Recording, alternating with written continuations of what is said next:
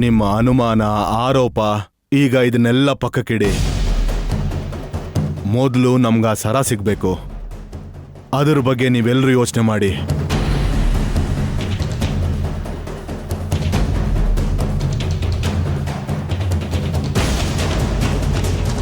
ಹೇಗಾದ್ರೂ ಮಾಡಿ ನಿನ್ನೆ ಸಿಕ್ಕಾಕಿಸ್ತೀನಿ.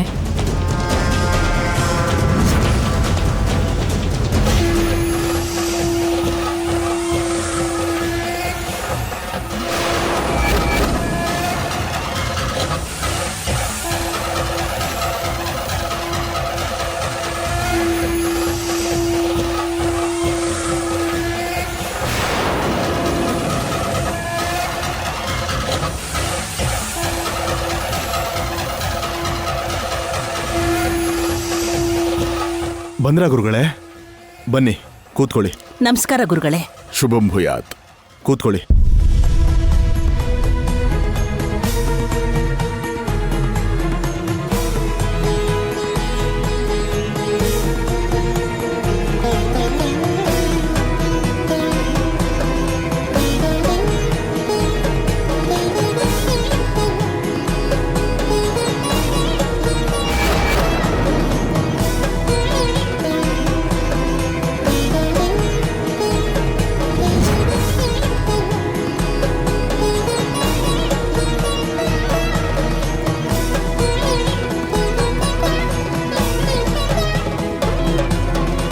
ಸಮಯಕ್ಕೆ ಸರಿಯಾಗಿ ಬಂದ್ರಿ.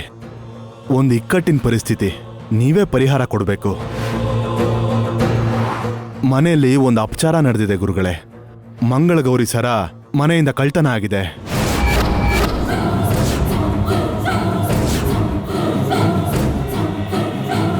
ಈಕೆ ಕಳ್ತನ ಮಾಡಿದಾಳೆ ಅನ್ನೋದಕ್ಕೆ ಆಧಾರ ಇದೆ.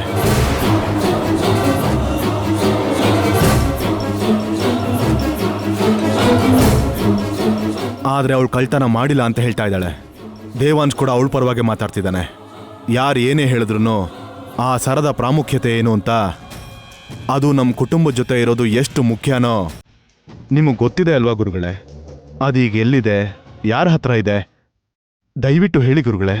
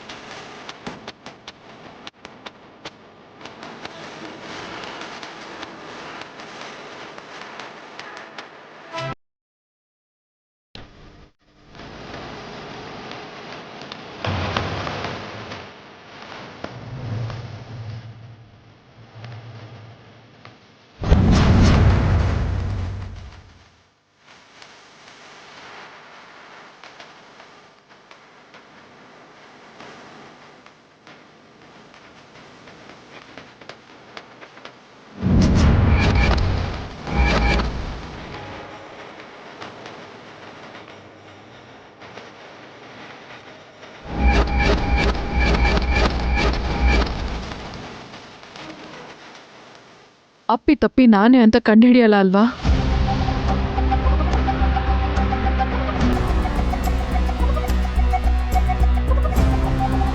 ಯಾಕಷ್ಟು ಭಯ ಪಡ್ತಾ ಇದೆಯಾ? ನಿನ್ನ ಹೆಸರು ಹೇಳ್ಬಿಡ್ತಾರೆ ಅಂತನಾ? ರಾತ್ರಿ ನೀನು ಹಾಕಿದ ವೇಷಕ್ಕೆ ಜೊತೆಲಿರೋ ನಮಗೆ ಗೊತ್ತಾಗ್ಲಿಲ್ಲ. ಅವ್ರ ದಿವ್ಯ ದೃಷ್ಟಿಯಿಂದ ನೋಡಿದ್ರು ಕಾಣಿಸೋದು ಮುಸ್ಕೆ. ಹಾಗಾಗಿ ಟೆನ್ಷನ್ ಮಾಡ್ಕೋಬೇಡ.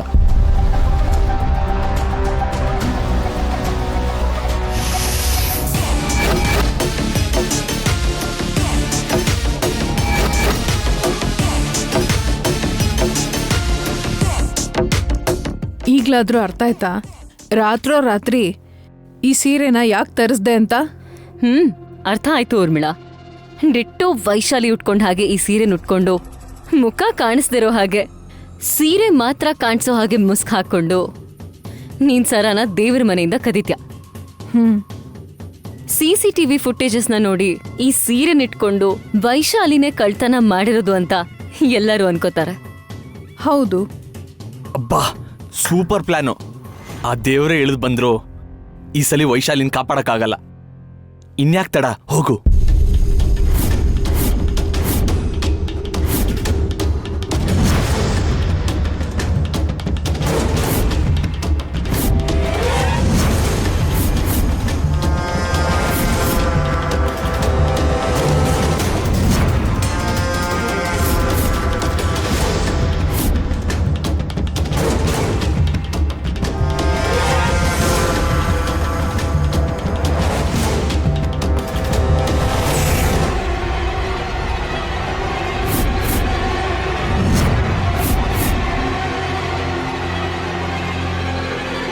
ನೀವ್ ನೋಡಿದ್ದು ನಾರ್ಮಲ್ ಕಣ್ಣಲ್ಲಿ, ಅದಕ್ಕೆ ನಿಮ್ಗೆ ಗೊತ್ತಾಗದೆ ಇರ್ಬೋದು.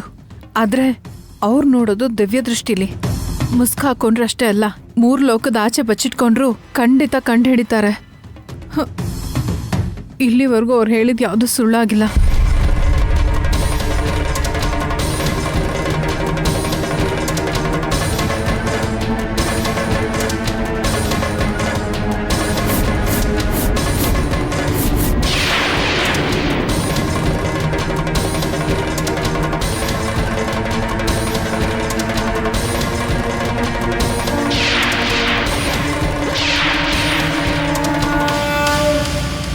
ತಪ್ಪು ಮಾಡಿದಿರ ದಶರಥ ರಾಮ.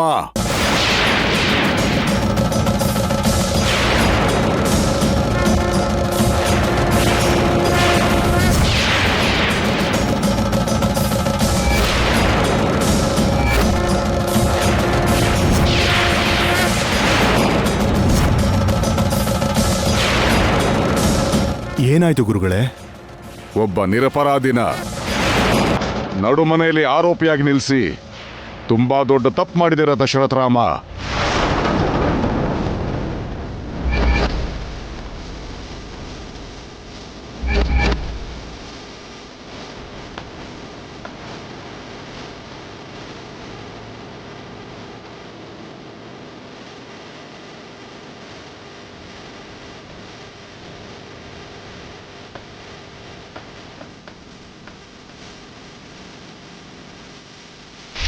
ನಾನು ಹೇಳಿದ್ದು ಅದೇ ಅಲ್ವಾ ಅಪ್ಪ?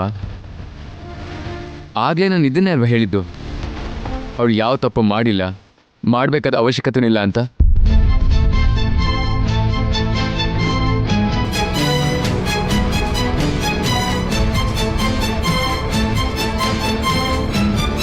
ಗುರುಗಳ ಮಾತನ್ನ ವೇದವಾಕ್ಯದ ಹಾಗೆ ಪಾಲಿಸ್ತೀರಲ್ವಾ?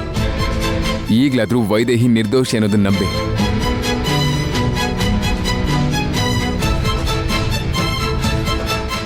ಮತ್ತೆ ಆ ಸರ ಎಲ್ಲಿ ಗುರುಗಳೇ? ಇವಳಲ್ದೆ ಮತ್ತಿನ್ಯಾರು ತಗೊಳ್ತಾರೆ? ಈಗ ಆ ಸರ ಎಲ್ಲಿದೆ? ಮತ್ತೆ ಏನ್ ಅನಾಹುತ ಆಗುತ್ತೋ ಅಂತ ಚಿಂತೆ ಆಗ್ತಿದೆ. ಭಯ ಪಡೋಂತ ಅವಶ್ಯಕತೆ ಇಲ್ಲ. ಆ ಸರ ಎಲ್ಲೂ ಹೋಗಿಲ್ಲ, ಇಲ್ಲೇ ಈ ಮನೇಲೇ ಇದೆ.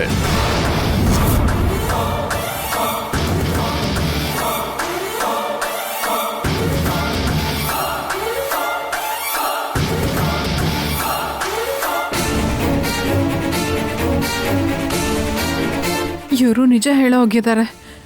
ಹೇಳಿದ್ಮೇಲೆ ಹುಡುಕಿದ್ರು ಆಹಾರ ನನ್ನ ಹತ್ರ ಇರಬಾರ್ದು.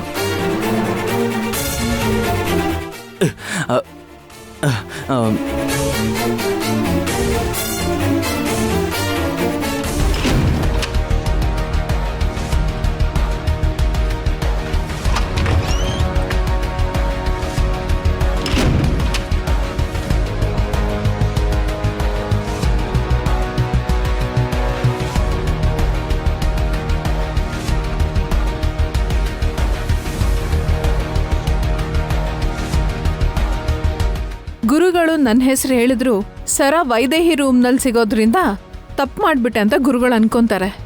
ಆರೋಪ ಎಲ್ಲ ವೈದೇಹಿ ಮೇಲೆ ಹೋಗುತ್ತೆ.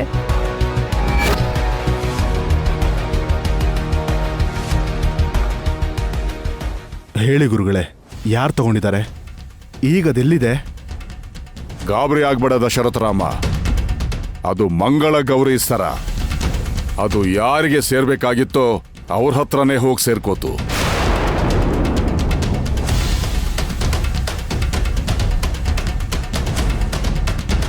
ಅರ್ಹತೆ ಇಲ್ಲದೆ ಇರೋರಿಗೆ ಅವ್ರು ಎಷ್ಟೇ ಆಸೆ ಪಟ್ಟರು ಅವರಿಗೆ ಖಂಡಿತ ದಕ್ಕೋದಿಲ್ಲ.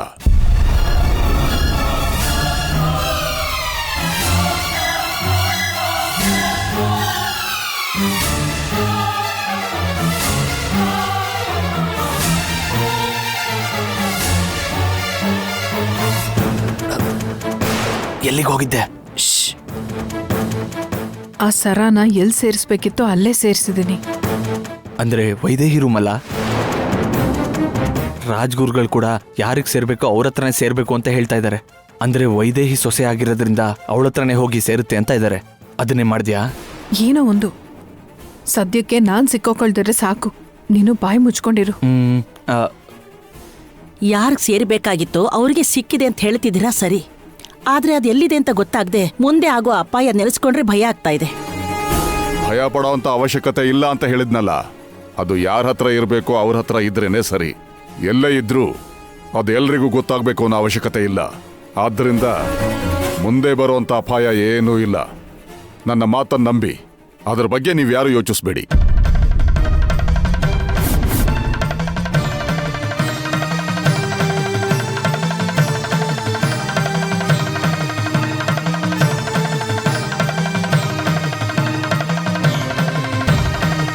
ಖಂಡಿತವಾಗ್ಲೂ ಗುರುಗಳೇ, ನೀವಿಷ್ಟೆಲ್ಲ ಹೇಳ್ತಿದ್ದೀರಾ ಅಂದಮೇಲೆ ನಾವು ಇನ್ನೂ ಅದ್ರ ಬಗ್ಗೆ ಯಾಕೆ ಚಿಂತೆ ಮಾಡ್ತೀವಿ ಹೇಳಿ?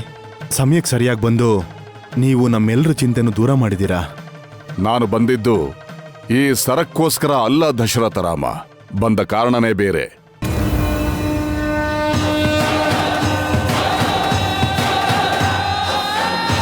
ಏನದು ಗುರುಗಳೇ? ಮಂಗಳಗೌರಿ ಸರ ಸ್ವಲ್ಪ ಹೊತ್ತು ಕಾಣಲಿಲ್ಲ ಅಂದಿದ್ದಕ್ಕೆ ಇಷ್ಟು ಹೆದರ್ಕೊಂಡಿದ್ದೀರಲ್ಲ. ಮತ್ತೆ 6 ತಲೆಮಾರಿನಿಂದ ಆ ಪಾರ್ವತಿ ಪರಮೇಶ್ವರರ ಆಭರಣವಾಗಿ ನೆಲಮಾಳಿಗೆಯಲ್ಲಿ ನಿಕ್ಷೇಪವಾಗಿ ಉಳ್ಕೊಂಡಿದೆಯಲ್ಲ.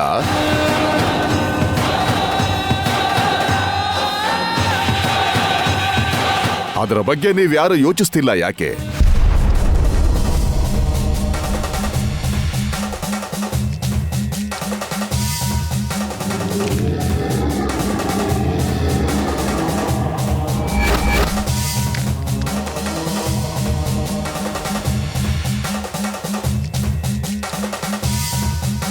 ಯೋಚನೆ ಮಾಡಿದೆ ಏನು ಗುರುಗಳೇ, ಆದರೆ ಆ ಮಹಾದೇವನ ಅನುಗ್ರಹ ಇಲ್ಲ ಅಂದಮೇಲೆ ನಾನು ಮಾಡೋದಕ್ಕೇನೂ ಇಲ್ಲ. ಅವನ ಅನುಗ್ರಹ ಯಾವಾಗ ಸಿಗುತ್ತೋ ಏನೋ ಗೊತ್ತಿಲ್ಲ. ಅದಕ್ಕೆ ಸಮಯ ಕೂಡ್ ಬಂದಿದೆ ದಶರಥ ರಾಮ. 21 ವರ್ಷದ ನಂತರ ಮಹಾದೇವನ್ನ ಪ್ರಸನ್ನ ಮಾಡೋದಕ್ಕೋಸ್ಕರ ವಿಶಿಷ್ಟವಾದ ಮಕರ ಸಂಕ್ರಮಣ ನಾಳೆ ಬರ್ತಾ ಇದೆ. ನಿನ್ನ ಕೈಯಲ್ಲಿ ಆಗದೆ ಇರೋದು ನಿನ್ನ ಮಗನ ಕೈಯಲ್ಲಿ ಏನಾದರೂ ಸಾಧ್ಯವಾದರೆ, ನೆಲಮಾಳಿಗೆ ತೆರೆದುಕೊಂಡು ನಿಮ್ಮ ಕುಟುಂಬಕ್ಕಿರೋ ಶಾಪ ಏನಾದರೂ ವಿಮೋಚನೆ ಆದರೆ ನಿಮ್ಮ ವಂಶ ಮುಂದುವರಿಯುತ್ತೆ. ಇಲ್ಲ ಅಂದ್ರೆ ಈ ತಲೆಮಾರಿಗೆ ನಿಮ್ಮ ವಂಶ ನಿರ್ವಂಶವಾಗುವ ಸಾಧ್ಯತೆ ಇದೆ.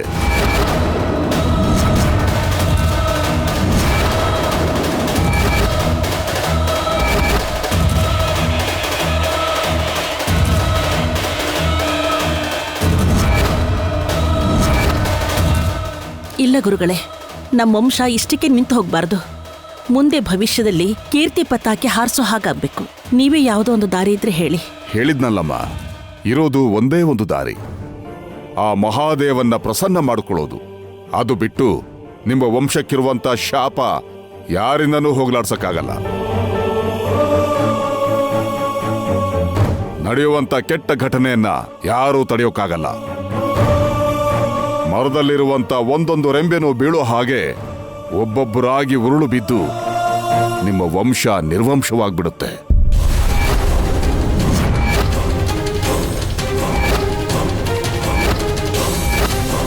ಗುರುಗಳೇ, ಯಾವ ಶಾಪ ಇದು? ನಾವೇನ್ ತಪ್ಪು ಮಾಡಿದೀವಿ? ಇದು ನೀವು ಮಾಡಿರುವಂತ ತಪ್ಪಲ್ಲ, ನಿಮ್ಮ ಹಳೆ ತಲೆಮಾರಿನವರು ಮಾಡಿರುವಂತ ಅಪಚಾರ ಇದು. ಅದು ವಿಮೋಚನೆ ಆಗೋವರೆಗೂ ಶಾಪ ಎಲ್ಲ ತಲೆಮಾರಿನವರೆಗೂ ಹೀಗೆ ಕಾಡ್ತಾನೆ ಇರುತ್ತೆ. ಇಲ್ಲಿವರೆಗೂ ಎಲ್ಲ ರೀತಿಯಲ್ಲೂ ಶಾಪ ವಿಮೋಚನೆಗೋಸ್ಕರ ಪ್ರಯತ್ನ ಪಟ್ಟಿದ್ದಾರೆ, ಆದರೆ ಪ್ರತಿಫಲ ಸಿಗಲಿಲ್ಲ. ನಿನ್ನ ತಂದೆ ಸರದಿಗೂ ಆಗದೆ ಇರುವಂಥದ್ದು ಈಗ ನಿನ್ನ ಸರದಿಗೆ ಬಂದಿದೆ. ನಿನ್ನ ಕೈಯಲ್ಲೂ ಆಗದೆ ಇದ್ರೆ ಶಾಪ ವಿಮೋಚನೆ ಮಾಡಿಸ್ಕೊಳ್ಳೋದಕ್ಕೆ ನಿಮ್ಮ ವಂಶನೇ ಇರೋದಿಲ್ಲ.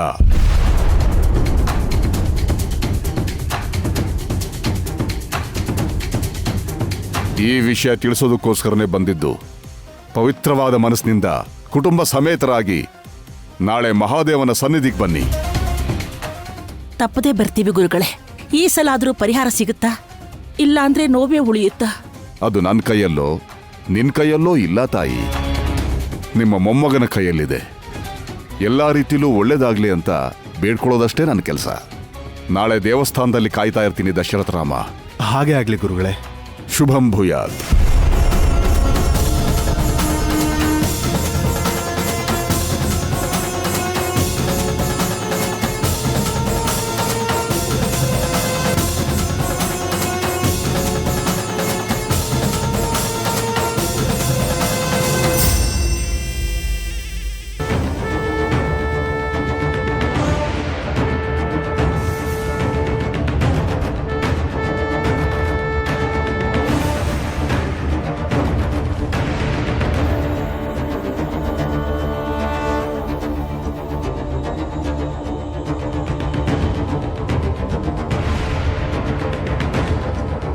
ಏನ್ ಊರ್ಮಿಳಾ ಇದು? ಈ ವೈಶಾಲಿ ನಾವೇನು ಮಾಡಕ್ಕಾಗಲ್ವಾ?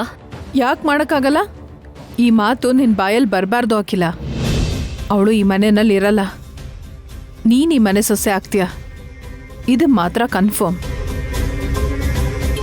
ನನಗ್ ನಂಬಿಕೆನೇ ಇಲ್ಲ ಊರ್ಮಿಳಾ. ಆಚೆ ಹೋಗ್ತಾಳೆ ಅನ್ನೋ ಪ್ರತಿ ಸಲ ಗೋಡೆಗೆ ಹೊಡೆದಿರೋ ಮೊಳೆ ತರ ಅಲ್ಲಾಡಿಸ್ತಿರೋ ಹಾಗೆ ಇಲ್ಲೇ ಜಾಂಡ ಉರ್ಬಿಡ್ತಾಳೆ. ಈಗ ಮಂಗಳಗೌರಿ ಸರನ ಕದ್ದಿದ್ದಾಳೆ ಅನ್ನೋ ನೆಪದಲ್ಲಾದ್ರೂ ಅವಳನ್ನ ಆಚೆ ಕಳ್ಸಕ್ಕೆ ನಾವ್ ಪಕ್ಕ ಪ್ಲಾನ್ ಮಾಡ್ಕೊಂಡಿದ್ರು ಕೂಡ ಕೊನೆಗೆ ಏನಾಯ್ತು ನೋಡಿದ್ಯಾ? ಎಲ್ಲರೂ ನಂಬಿ ಪೊಲೀಸವರು ಬಂದು ಅರೆಸ್ಟ್ ಮಾಡಿ ಕರ್ಕೊಂಡು ಹೋಗ್ಬೇಕಾದ್ರೆ ದೇವಾಂಶ್ ಬಂದು ತಡೆದ್ಬಿಟ್ಟ. ಅದ್ರ ಜೊತೆಗೆ ರಾಜ್ಗುರುಗಳು ಬೇರೆ ಅವಳು ನಿರ್ದೋಷಿ ಅಂತ ಹೇಳಿದ್ರು. ಏನ್ ಮಾಡೋಣ? ಸರಿಯಾಗಿ ಅದೇ ಟೈಮ್ಗೆ ಅವ್ರು ಬಂದಿದ್ದು ನಮ್ ಬ್ಯಾಡ್ ಲಕ್. ಇಲ್ಲ ಅಂದ್ರೆ ಇಷ್ಟೊತ್ತಿಗ ವೈಶಾಲಿ ಜೈಲಲ್ಲಿರ್ಬೇಕಿತ್ತು. ಎಷ್ಟು ಕೇಳಿದ್ರು ಸರಾನ ತಂದ್ಕೊಡಕ್ಕಾಗ್ದೆ ಇಷ್ಟೊತ್ತಿಗಾಗ್ಲೇ ಮನೆಯಿಂದ ಆಚೆ ಇರೋಳು. ಅವಳು ನಿರ್ದೋಷಿ ಅಂತ ಹೇಳಿದ್ರೆ ನಂಬಿಡ್ತಾರಾ? ನಂಬ್ತಾರೆ. ಗುರುಗಳ ಮಾತು ಅಂದ್ರೆ ಈ ಮನೆಯಲ್ಲಿ ವೇದವಾಕ್ಯ. ಅದ್ರ ವಿರುದ್ಧ ಯಾರು ಮಾತಾಡಲ್ಲ. ಈಗ ಅವಳನ್ನ ನಿರ್ದೋಷಿ ಅಂದ್ರು, ನಿಜವಾಗ್ಲೂ ಅವಳು ನಿರ್ದೋಷಿನೇ ಅಲ್ವಾ? ಅವ್ರು ಏನ್ ಹೇಳಿದ್ರು ಅದನ್ನ ನಡ್ದೇ ನಡೆಯುತ್ತೆ. ಹಾಗಾದ್ರೆ ಇದೇ ಗುರುಗಳೇ ನನ್ ಮದ್ವೆ ಆಗುತ್ತೆ ಅಂತ ಮಾತು ಕೊಟ್ಟಿದ್ರಲ್ವಾ, ಆಗುತ್ತಾ? ಖಂಡಿತವಾಗ್ಲೂ ನಡೆಯುತ್ತೆ. ಈ ಗುರುಗಳು ಹೇಳಿರೋ ಮಾತನ್ನ ನಂಬ್ಕೊಂಡೆ ಎಷ್ಟೇ ಅಭಿಷೇಕನ ಎದುರಾದ್ರೂ ನಿಮ್ ಮದ್ವೆ ನಡೆಯುತ್ತೆ ಅಂತ ನಮ್ಮ ಮಾವ ನಿನಗ್ ಮಾತು ಕೊಟ್ಟಿದ್ದಾರೆ. ಗುರುಗಳು ಹೇಳಿದ ಮಾತು ನಡೀದೇ ಇರಲ್ಲ, ಹಾಗೆ ಮಾವ ನಿನಗೆ ಕೊಟ್ಟಿರೋ ಮಾತು ಕೂಡ ತಪ್ಪಲ್ಲ. ಹಾಗಾಗಿ ನಿಮ್ಮ ಮದ್ವೆ ಖಂಡಿತವಾಗ್ಲೂ ನಡೆಯುತ್ತೆ. ಮಾತು ಕೊಟ್ಟಿದ್ ಮಾತ್ರಕ್ಕೆ ನಡೆಯೋದಿಲ್ಲ, ಮಾನವ ಪ್ರಯತ್ನ ಕೂಡ ಇರ್ಬೇಕು. ಈ ಮದ್ವೆ ನಡೆಯೋ ತರ ಮಾಡಿ ಅವ್ರ ಮಾತು ಉಳಿಯೋ ತರ ನಾವೇ ಮಾಡ್ಬೇಕು. ಅದಕ್ಕೋಸ್ಕರನೇ ಅಲ್ವಾ ಆ ವೈಶಾಲಿನ ಈ ಮನೆಯಿಂದ ಆಚೆ ಹಾಕ್ಬೇಕು ಅಂತ ಪ್ಲಾನ್ ಮಾಡ್ತಿರೋದು. ಅದೀಗಿಂದೀಗ್ಲೇ ಸಾಧ್ಯ ಇಲ್ಲ ಊರ್ಮಿಳಾ. ಮೊದ್ಲು ಅವಳ ದೇವಸ್ಥಾನಕ್ ನಾಳೆ ಬರ್ದಿರೋ ಹಾಗೆ ಮಾಡಿದ್ರೆ ಸಾಕು. ಏನೋ ಶಾಪ ವಿಮೋಚನೆ ಅಂತ ದೇವಾಂಶ್ ಪೂಜೆ ಮಾಡ್ಬೇಕು ಅಂತ ದೊಡ್ಡೋರೆಲ್ಲ ಮಾತಾಡ್ತಿದ್ರಲ್ಲ ಊರ್ಮಿಳಾ. ದೇವಾಂಶ್ ಜೊತೆ ಇದ್ದು ನಾನೇ ಆ ಪೂಜೆ ಮಾಡ್ಬೇಕು. ಈ ವೈಶಾಲಿ ಅಲ್ಲಿಗೆ ಬಂದ್ರೆ ದೇವಾಂಶ್ ಡಿಸ್ಟ್ರಾಕ್ಟ್ ಆಗೋ ಚಾನ್ಸಸ್ ಇರುತ್ತೆ. ಹಾಗಾಗಿ ಅವಳು ಬರಬಾರ್ದು. ಅವಳು ಯಾಕೆ ಬರ್ತಾಳೆ? ಅವಳೇನ್ ವೈದೇಹಿನ ದೇವಾಂಶ್ ಜೊತೆನಲ್ಲಿ ಬರೋದಕ್ಕೆ?